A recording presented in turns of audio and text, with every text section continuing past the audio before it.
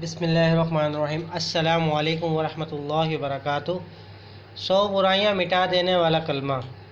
سیدنا ابو ہریرہ رضی اللہ تعالی عنہ سے مروی ہے کہ نبی کریم صلی اللہ علیہ وآلہ وسلم نے فرمایا، جس نے دن میں 100 مرتبہ یہ کلمہ پڑھا، لا الہ الا اللہ وحدہ لا شریک لہ لہ الملک ولہ الحمد وہو علی کل شیء قدیر، لا الہ الا اللہ وحدہ لا شریک لہ لہ الملک ولہ الحمد وہو علی کل شیء قدیر پڑھا، اسے 10 غلام آزاد کرنے کا ثواب ہوگا اور اس کے اعمال میں 100 نیکیاں لکھ دی جائیں گی اور 100 گناہ مٹا دیے جائیں گے، اور اس روز شام تک شیطان سے امن میں رہے گا، اور اس سے بہتر شخص کوئی نہ ہوگا لیکن جس نے اس سے بھی زیادہ اسے پڑھا ہو۔